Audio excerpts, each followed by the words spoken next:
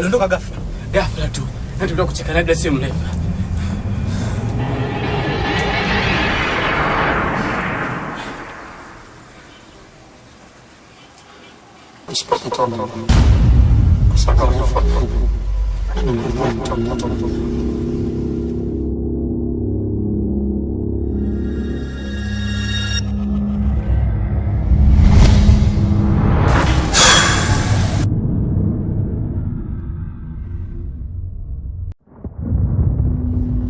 Bombo hivyo na jamaa.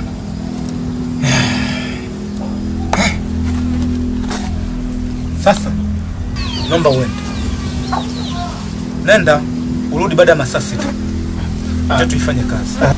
Sawa mtanga. Kukalenga yasilenya huku kalenga Nasikia mshikaji. Mambo yanatokea leo, huwezi amini kabisa. Sio mkumbuka ule demo ambaye tumekutana naye baharini. Ya, siku ile kile beach kuogelea. Anangu leo kaja nyumbani. Afu sikuelewa kafikaje nyumbani, nani kamuelekeza, sikupata hata jibu yani. Kweli. Mwambia kweli yani mwanzo nikajua labda wewe ndio ukakutana na wewe mitaani labda ukamuelekeza hapa nyumbani. Sikia sasa. Anangu yule sio binadamu yule.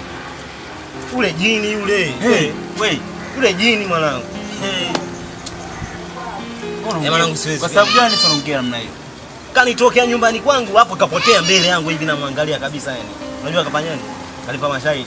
Maki alipofika pale mimi nikamwambia kabisa kweli wangu kabisa kama mimi simtaki kabisa yani mimi na mwenzangu mwingine. Kana pale katukia kama hindi. Naona ananiambiaje? Nataka ufanye masharti yangu mawili. Baada ya hapo tunaachana kweli. Nikamwambia fresh na naona. Hai, bana sikaniambia sharti la kwanza. Ila naye nikamwambia unajua mzee wa gongongo nikasema fresh kwa yani nitaka nisikize sharti lingine nikamwambia lingine ananiambiaje mara naona anafanya hivi mara vidude vinatoka kisu na bomba fulani hivi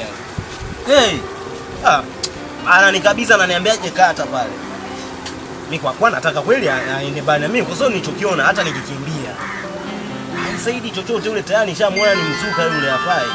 Hebu ngoja. Ina maana alikuja akagonga mlango ukafungua.